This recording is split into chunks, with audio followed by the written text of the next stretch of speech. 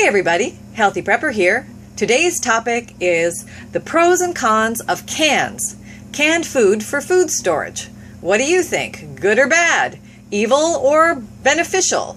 I've got my list of pros and cons, and please feel free to add your ideas and thoughts on the matter. I get a lot of comments about my canned food, so I thought I'd make a little pros and cons list.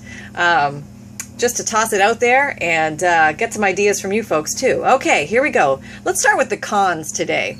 Now, there's obviously a lot of cons to canned food. Number one, it's evil processed food. Ooh, yee. Number two, it's high in preservatives. Okay, 3, high in salt. Yep, gotta think about that one. 4, it's lining will kill you. Yes, the evil lining inside the can will kill you. Apparently, evil things come off that evil lining, and if you heat a can with food in it with the evil lining, it will be even more evil, so beware. 5, it takes up a lot of space. When things aren't dehydrated or, in their powder form or dry form like beans, obviously a soaked bean in a can takes up a lot more space than dry beans in a package. Okay. 6, they're heavy for bug out situations. It's hard to take off down the road clanking around 20 cans in your backpack, not to mention all the other stuff you have to take too. So there you go. Those were the cons I could think of. You guys can probably think of more. Please feel free to share them here.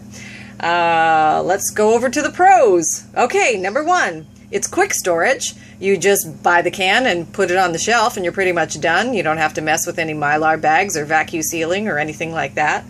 Number 2, it contains water. So in areas where water is very scarce and storing water is a huge issue, especially out in the West, canned food can actually make a lot of sense because there is a certain percentage of water in every can, and that's a nice, easily stored source of already preserved water in a sense. Number 3, it can be eaten cold right out of the can. Yes, there you go. Just crack your beloved can open and chomp away. Most things can be eaten without being heated, so there you go.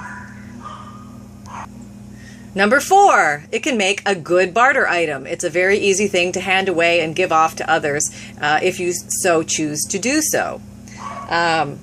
Number 5, there's a good variety of nutrients in different types of canned food. So you can get beans, chilies, soups, pastas, vegetables. You can get every food group in a can. So something to consider. You can get a variety of nutrients this way very easily, very quickly. Where was I? Number 7. Often the canned food is good long after the best by date, and I have a video on best by dates and expiration dates, and I'll put that link here so you guys can click on it if interested on my thoughts and feelings about the matter.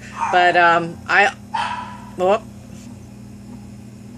okay, number 7, it's instant and ready fast. Basically, there's very little prep time, and this can become critical, especially if your time is better spent on things like security or something else. Maybe you're planting a garden and you need a lot of time out there to get things going, and you just need to eat and go fast. You don't have ages to sit around and continually feed a fire to cook beans or cook rice or something like that. So when you're looking about labor, it's not labor intensive to make this food. So that's something to consider. So maybe there's a place in your preps for cans, and maybe there's not. It's an individual choice. You must ask yourself these questions to see what makes sense to you. I have some cans. I have some dehydrated emergency food, survival food basically. I have some regular dehydrated food that I dehydrated myself, and I have just some, regular food that I've pre-packed or repackaged in Mylar bags and vacuum sealed bags to extend the life of regular food. So I'm kind of trying to go the gamut, get a little bit of everything, cover the bases. And also, one more pro is that often you can get very good deals on canned food. Often you can use coupons, or there's specials at the stores, a lot of sales, buy one, get one free, put a coupon on top of that, even get a better deal. So sometimes you can, it's a very inexpensive way to prep if you can't buy the fancy survival food, the dehydrated stuff or the freeze-dried stuff. So there you go, folks. Those are my thoughts on the canned foods of survival, survivaldom. So I'd love to hear your thoughts and feelings. Everybody take care and have a happy day.